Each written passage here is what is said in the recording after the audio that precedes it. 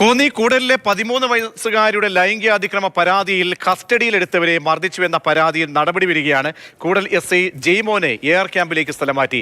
CIക്കെതിരായ നടപടി DIG തീരുമാനിക്കും. Nitin Thomas ചേരുന്നുണ്ട്.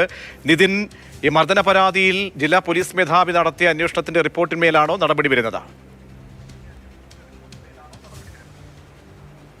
തീർച്ചയായിട്ടും ജില്ലാ പോലീസ് മേധാവി ഒരു വകുപ്പുതല അന്വേഷണത്തിന് ഉത്തരവിട്ടിരുന്നു. Special branch DYSP, Pathanamthitta special ബ്രാഞ്ചിന്റെ DYSP ആണ് ഈ അന്വേഷണത്തിന് ചുമതല വഹിച്ചത്. അപ്പോൾ ഈ വകുപ്പുതല അന്വേഷണത്തിൽ കണ്ടെത്തിയതോടുകൂടിയിട്ടാണ് ഇത്തരത്തിലൊരു നടപടിയിലേക്ക് ജില്ലാ പോലീസ് മേധാവി കടന്നിരിക്കുന്നത്.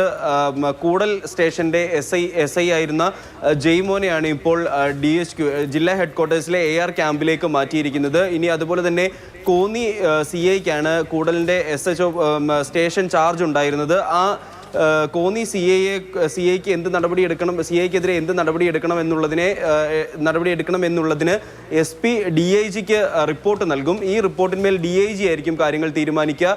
13കാരുടെ ലൈംഗിക അതിക്രമ പരാതിയെ തുടർന്ന് 6 പേരെയായിരുന്നു കൂടൽ പോലീസ് കസ്റ്റഡിയിലെടുത്തിരുന്നത്. ഇതിൽ 4 പേർ പ്രായപൂർത്തിയാകാത്തവരും അതുപോലെ തന്നെ 2 പേർ പ്രായപൂർത്തിയായവരുമായിരുന്നു. ഇതിൽ 20 വയസ്സുകാരനായ യുവാവാണ് തന്നെ മർദ്ദിച്ചു എന്ന് ചൂണ്ടിക്കാട്ടി DGP അതുപോലെ തന്നെ ജില്ലാ പോലീസ് മേധാവി, ആഭ്യന്തരമന്ത്രി ഉൾപ്പെടെയുള്ളവർക്ക് പരാതി നൽകിയത്. തുടർന്ന് ഈ പരാതിന്മേൽ അന്വേഷണം നടത്തി ഇത്തരത്തിൽ പോലീസിന്റെ ഭാഗത്തു നിന്നും വീഴ്ച സംഭവിച്ചിട്ടുണ്ട് എന്നുള്ള ഒരു നിഗമനത്തിലേക്ക് ജില്ലാ പോലീസ് മേധാവി എത്തിച്ചേർന്നത്.